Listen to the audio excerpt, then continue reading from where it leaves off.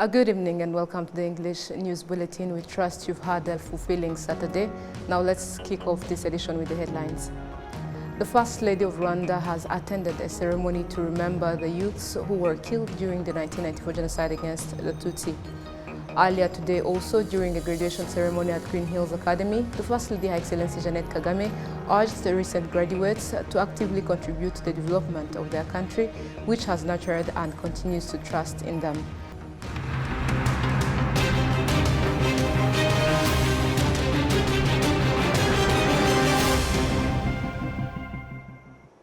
My name is Olive Nete. Welcome to the English News in details. The First Lady of Rwanda has attended a ceremony to remember the youths who were killed during the 1994 genocide against the Tutsi, urging young people today to resist those who seek to tarnish the country's image and possess genocidal ideologies. Serge Nore with details. During the ceremony, presentations were made on Rwanda's history, including the legacy of sowing the seeds of genocide that the colonial period left, as well as how the country's youths of that time were manipulated into committing unspeakable horrors, and the importance of today's youths not making a similar mistake. You should note that those youths, despite going on to become very educated people later in life, remained trapped in the terrible ideologies they were fed as children. So the education we receive must preserve our human values. That is the most important thing. Let me give you a few examples so that you understand just how important what I am telling you is. The man named Arsène Shalom Ntabariho, son of Nyiramasuku, who was found guilty by the ICTR in Arusha, and his wife Beatrice Munyenyezi, who was also convicted by a court here in Rwanda after returning from America. They committed genocide at the age of 24, having been both born in 1970. Other genocide perpetrators like Father Seromba, who destroyed the Nyanje parish, committed genocide at the age of 31. He was born in 1963. Obed Ruzindana, who committed genocide at Mugonero, was 34 years old. The youth who participated in the memorial ceremony commended the government of Rwanda for promoting unity and development in the country, something the governments before Rwanda was liberated failed to do. However, it was also noted that the country's youth must fight those who seek to spread hatred and genocidal ideologies online.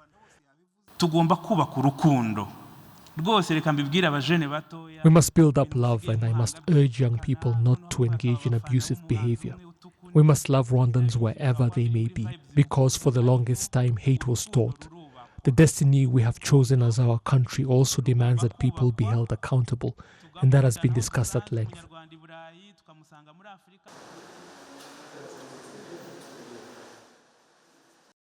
In her address to those gathered, the First Lady of Rwanda emphasized the need for young people in the country today to adapt to ever-changing challenges.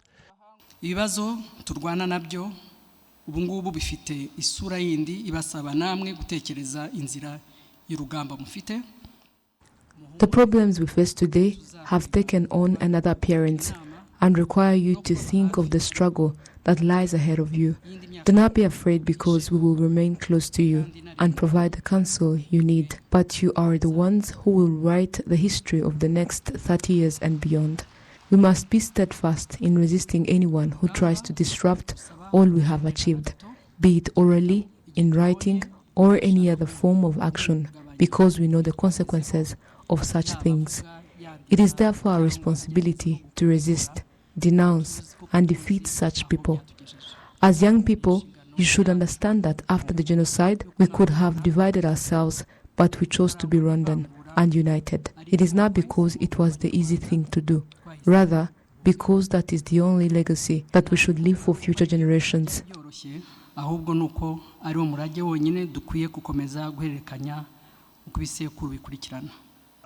This latest commemoration ceremony to remember the young men and women who were killed during the 1994 genocide against the Tutsi featured more than 1,500 participants from all the districts of the country.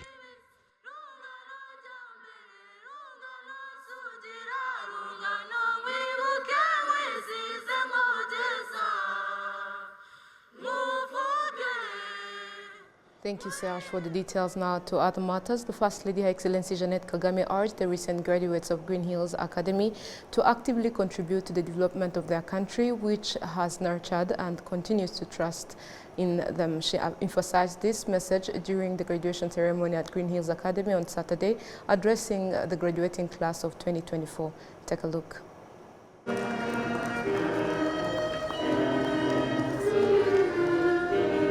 On Saturday, 114 students graduated from Green Hills Academy, completing their high school education in the academic year 2024. They were honored with the title Indatwabigwi. These graduates specialized in science, technology, economics and languages, and they take great pride in their educational accomplishments. It's very exciting. It's a very exciting day that most of us have looked forward to since nursery. It's a day that most of us, it's like our target goal, and it's crazy that today we've achieved it. I feel very excited, but also very nervous for the future, as now we don't know what's tomorrow. Usually school is very structured, but today we don't. And I'm very glad to have all my classmates alongside me as we go on to these new adventures. Challenging, to say the least. We had to surpass a lot of mental struggles, a lot of challenges. We had to really push ourselves into succeeding. We had to rely a lot on our classmates, on our supporters, on our teachers, on our mentors, and that's really what got us through. Our journey was exciting, it was challenging, and it was really worth the wait. The people I'd like to acknowledge the most are my parents, because really their support, their emotional availability is what helped me get through the final 2 IB years, and especially also my friends, because when I was in boarding, my friends were like the people I was leaning on to the most, the people who got me through my exams, and the people who helped me succeed. I wouldn't be where I am today without them. Next steps for me, I want to pursue motorsports engineering, as I'm very passionate about cars, racing, and the engineering aspects of it as well. So the next steps for me would be the most ideal to attend Oxford Brookes University in the United Kingdom, as they're one of the best motorsports engineering courses there in the world. So those are the next steps for me, and then to go on to achieve much bigger things in the future. Yeah, I'm very excited, but also sad because I'm not going to be able to see these people that I've grown up with these whole years. But I'm really excited to have finished, because we start, but we have to finish, and I'm really happy. And I really thank everyone who helped me through this whole journey, and all my friends who are celebrating with their families. It was low-key challenging because I do the IB program. That means you have to do a lot, you have to write a lot of essays. It's not only doing exams, there's also many things behind that. We have to do casts, we have to do interviews. And yeah, it was also challenging to be able to balance sport, studies, and also be able to have fun. To go to Carleton, to be able to learn, to have a major in economics, and be able to help to build the future of Rwanda.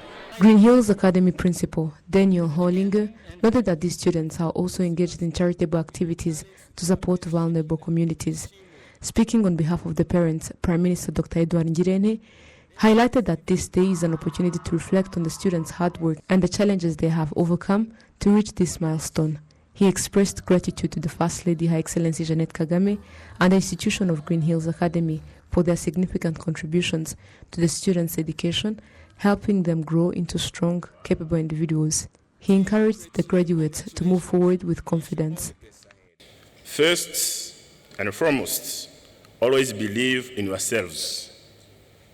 You have accomplished so much already, and there is no limit to what you can achieve. Trust in your abilities and your potential. Dream big.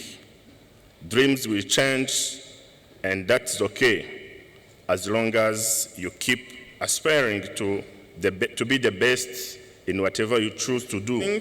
Dear graduates, remember that this is not the end, but a beginning of new adventure. The knowledge, skills, and the values you have gained here at the Green Hills Academy will serve as the foundation of your future. Go forth with confidence, curiosity, and compassion. Make your mark on the world, and never forget that you have a network of people who care and are behind you every step of the way. The First Lady, Her Excellency Jeannette Kagame, praised the hard work of the students as well as the parents and guardians who supported them on their journey. To the graduating class, the class in Databigwi, congratulations. You did it. Enjoy this moment. You crossed this finish line and completed one of the most comprehensive and demanding curriculum available to young students here and internationally. To the educators that led our children to this moment, we thank you. You've been a pillar of their future success, which I faithfully believe is certain. Thank you to the parents who invested in stellar education for their bright young ones. Thank you for accompanying our leaders of tomorrow in this crucial next chapter of their lives. The First Lady also offered advice to the students who completed their studies. Many of you are wise beyond your years, I've heard. So come to us with your innovative ideas, mobilize yourselves to contribute to the development of the country that has nurtured you and that remains ever proud of you. Remember to always be accountable to yourselves. Your capacity for good judgment is certain. You need only make the right choices. And that is now exclusively your own responsibility. Protect your mental health with healthy practices. Communicate as soon as you sense that you may need help or simply love. Remember that some of the temptations you will encounter will not be worth their unforgiving aftermaths. As you go off into a world that can be exploitative of your youth, be careful of your associations. Surround yourselves with the people that elevate you rather than pull you down. This graduating class has contributed to the launch of 2 projects, one supporting young mothers in the Eastern Province and another providing reading books to the community. According to the school management, these graduates have already secured acceptance from over 100 universities worldwide to continue their studies.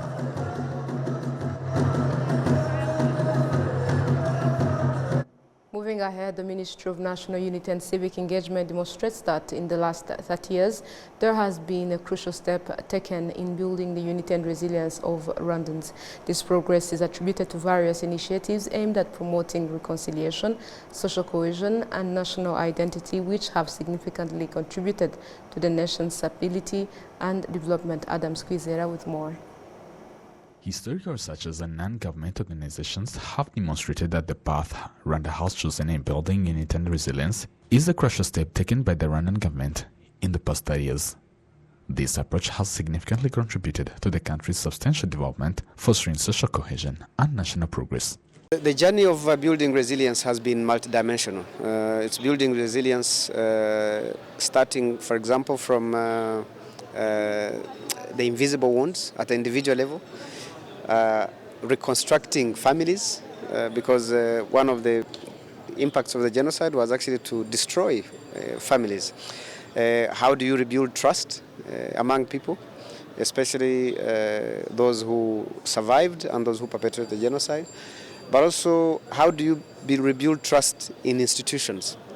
Because at the end of the day, the genocide would not have been possible without the government involvement at the time. So how do people regain trust in institutions?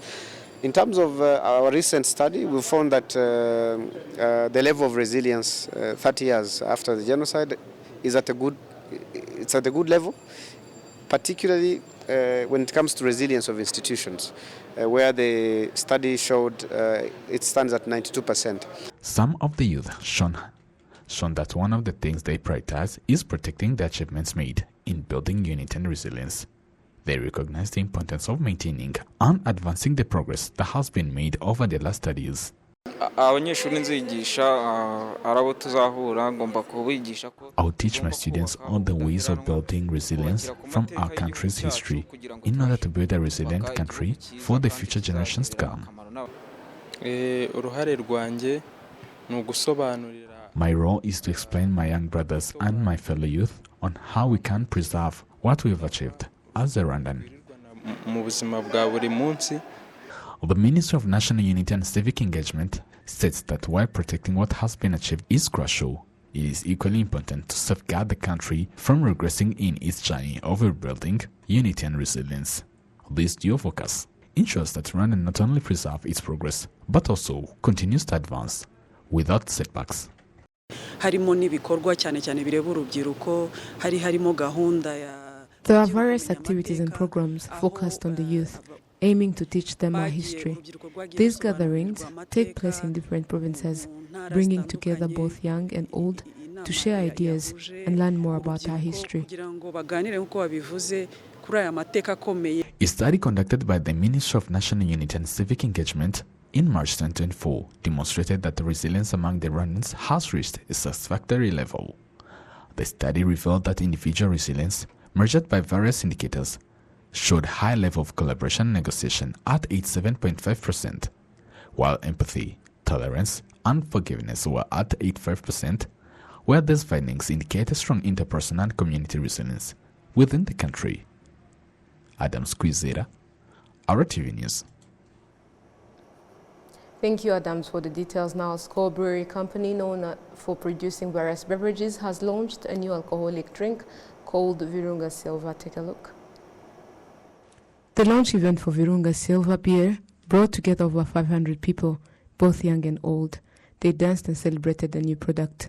Eric Gilson, CEO of Skol, emphasized that Virunga Silver adheres to the principles of originality, showcasing the company's commitment to creating enjoyable beers for their customers.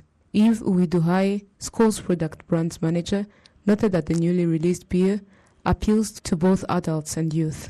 ubusanzwe dusanzwe dufite virunga miste dufite na virunga gold ariko The new product that we have released comes adding up to other various products that we usually have, such as Virunga Mist and Virunga Golden. And this new Virunga Silver is also unique as other products that we have. It is also a product that can be consumed by young people in parties and they can enjoy generally. bashobora gusangira n'inshuti zabo ndetse bakenjoyinga muri rusange.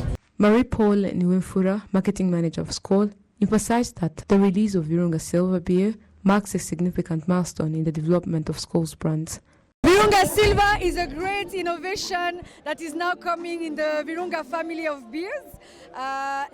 It's 100% malt beer with no added sugar.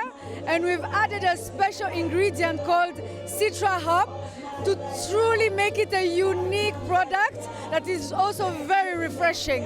So it is a great premium beer that is now coming on the Rwandan market and we're very proud of it. Virunga Silver beer joins its predecessors Virunga Golden and Virunga Mist. The brewers claim that it stands out due to its unique brewing process as it is made purely from wheat.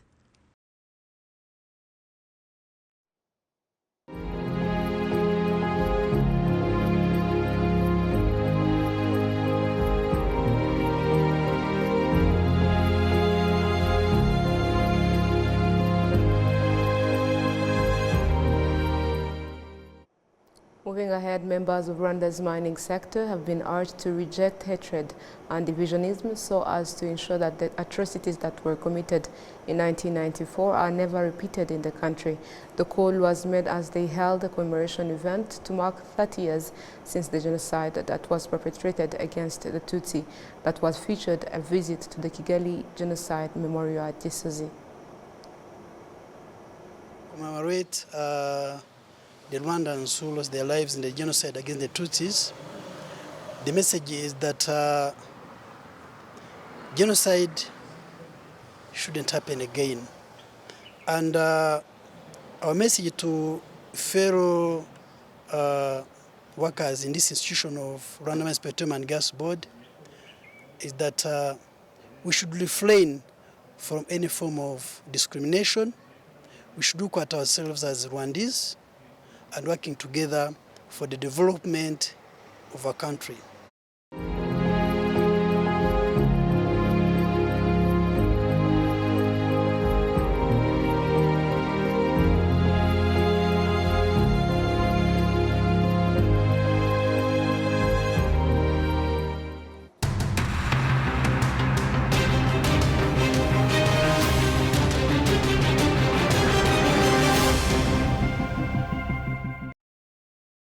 Bulletin, on behalf of the technical and news production team, thank you for being part of our news today.